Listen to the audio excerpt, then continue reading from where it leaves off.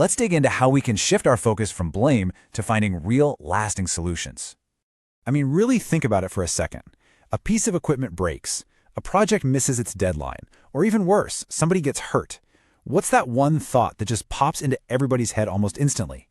More often than not, it's this. Whose fault was it? Who's the one to blame here? And that, right there, leads us straight into what we call the blame game.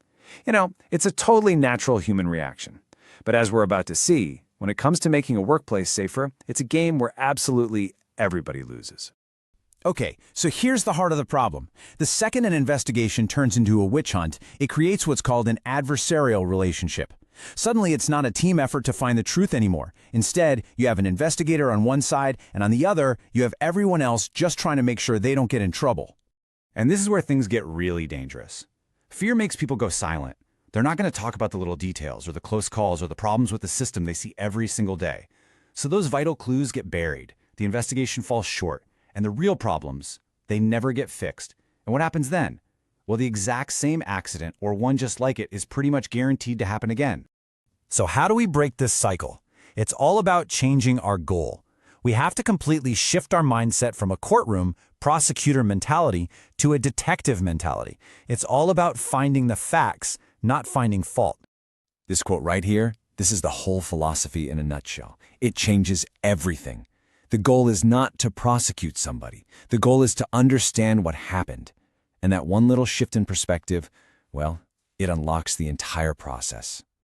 So let's be really clear about this. We are not conducting a criminal investigation here. We're simply trying to learn from our mistakes. You see, every single accident is a signal that a system, somewhere, has failed.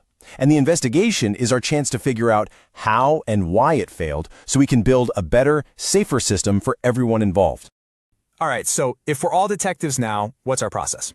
Well, the source material gives us this fantastic systematic toolkit. It's a 6-step process for getting to the bottom of things without letting bias get in the way. Let's walk through this real quick. First up, you secure the scene.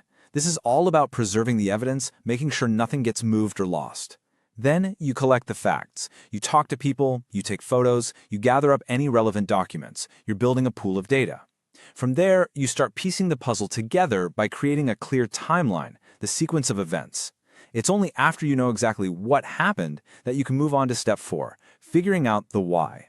And finally, you use everything you've learned to recommend some real improvements and write up a report so the whole organization can learn from it.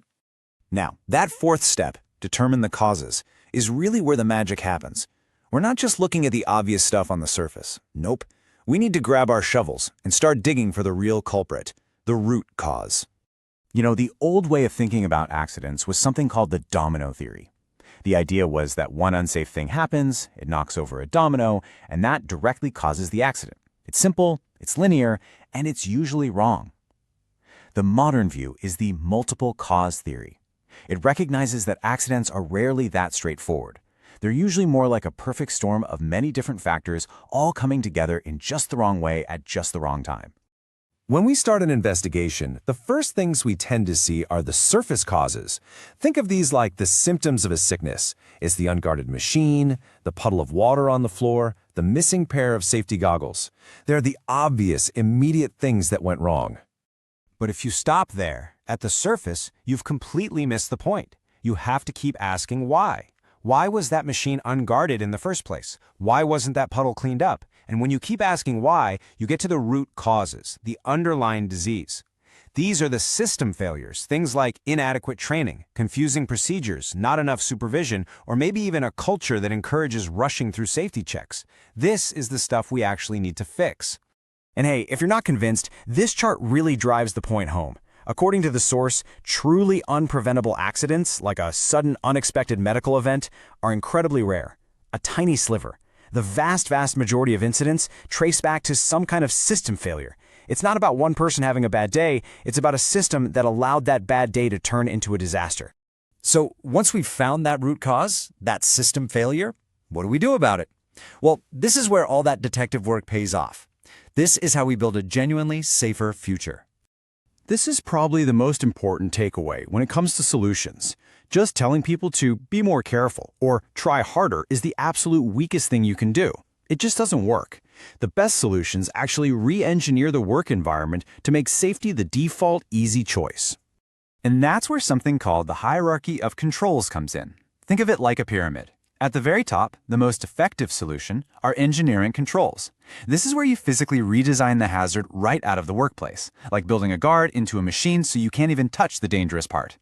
In the middle, you have management controls. This is about changing how people work, better procedures, more training, that kind of thing. And way down at the bottom, the least effective option is personal protective equipment, or PPE.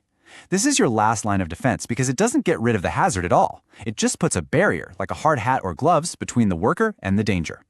So that leaves us with this final question. The next time you're faced with an incident, big or small, what's your first instinct going to be? Are you going to join the hunt for someone to blame? Are you going to pick up that detective's toolkit and start searching for the system that needs to be fixed? Because the answer to that question, it can make all the difference.